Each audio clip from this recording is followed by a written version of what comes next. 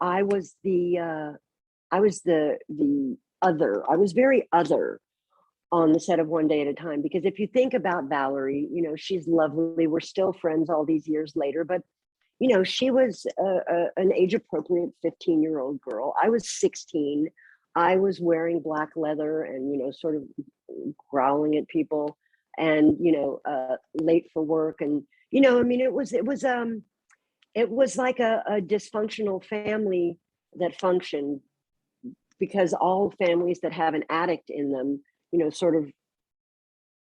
they sort of spin around the addicted person, trying to change them, save them, fix them. And certainly none of that really works, as we know, through years of watching families decompensate due to substance use disorders and undiagnosed mental health issues. And so I was suspended from One Day at a Time a couple of times, and then eventually I was fired. And then I came back, and then I got fired again. And it was tabloid fodder, certainly. And the tabloids are very different now than they were then. We didn't really have we didn't have paparazzi following us around or popping out from behind a bush or something like that. They would only be at scheduled events, and then they'd take pictures of you on the red carpet, and that was that. So, I'm kind of grateful that there's not a lot of photo documentation of those days of me, but also I have, our minds and our brains are constantly snapping photos of life as we experience it. So I have the archive, but it's not necessarily out there for public consumption. Do you ever think like if there were paparazzi, or imagine now, like social media, that would be a whole different thing. We had the Inquirer. So they would say, sources say that Mackenzie Phillips was seen falling all over herself at, like, I think one of them, Wesley Ure was my date. I love Wesley. Hi, Wesley Ure. And, and her date, Wesley Ure, wasn't quite sure what to do. And so he hustled her out of there quick.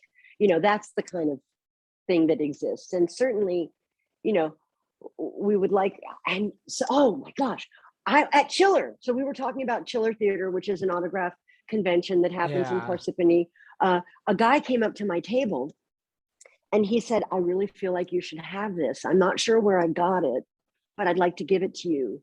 And it was a scrapbook of my entire teenage career, like this thick. Each page had cutouts from Tiger Beat, Teen Magazine, 16 Magazine, all of these things. And I was like, oh my God, you're giving this to me?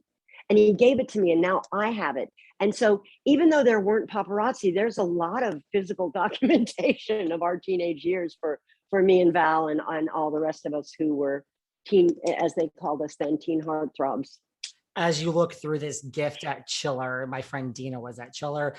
Were you like, okay, I'll take this? Or were you like, oh my God, I can hardly. Oh my God. I was like, I almost cried, because when I opened it up and I started to see that someone somewhere had lovingly and cut out every clipping of me and pasted it into like one of those old fashioned red leather books that says scrapbook in cursive on the cover. And somehow it survived all these many, many decades. And now it's mine. Yeah, that was absolutely moving and beautiful. Who was a better student in school, you or Valerie? You. Me. Yeah.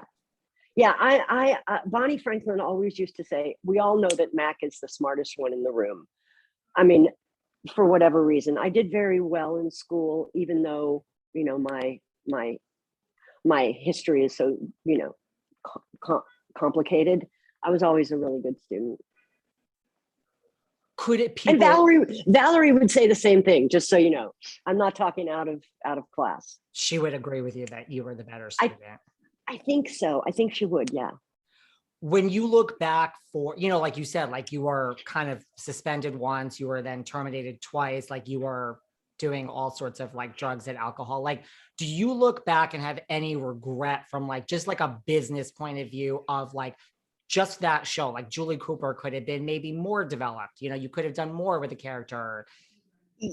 As a woman in long-term recovery and as a person who's done a lot of personal work around this kind of stuff, when I think about regret, I think about, okay, so if I could go back and sort of surgically excise some sort of thing and take it out and make it never be there, we might not be sitting here right now. I might not be helping to run a beautiful and be a part owner of a beautiful treatment center right here in the middle of the Hollywood Hills.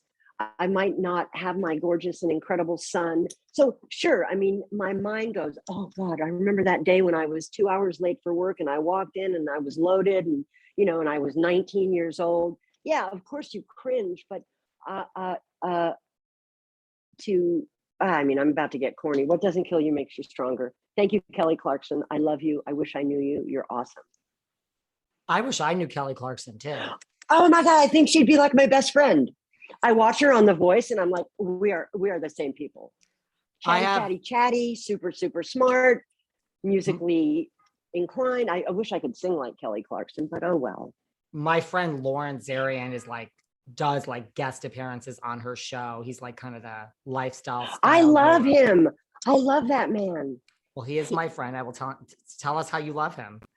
He's a lovely human being. I've done Home and Family a couple of times, and he also came to my 60th birthday party.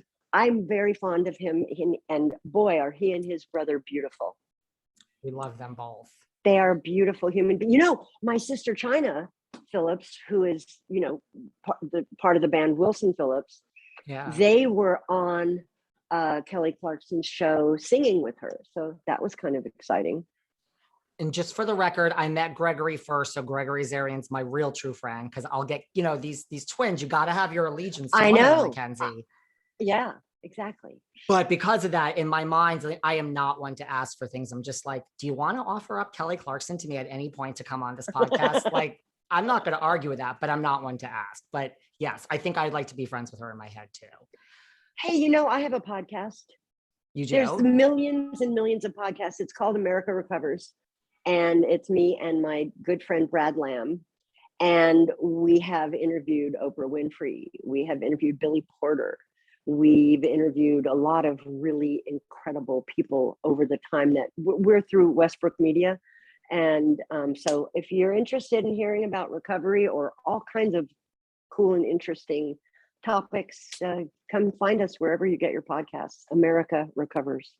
I'll There's share my little plug. You can plug anything you want. Listen, I mean, just plug away. Well, right. I mean, I agree with you. I don't really believe in regrets in life either. Now I'm going to get corny. I really do believe everything happens for a reason. And it was just part of your journey. And I don't believe in victims or just this was your story. It's just how this is what happened.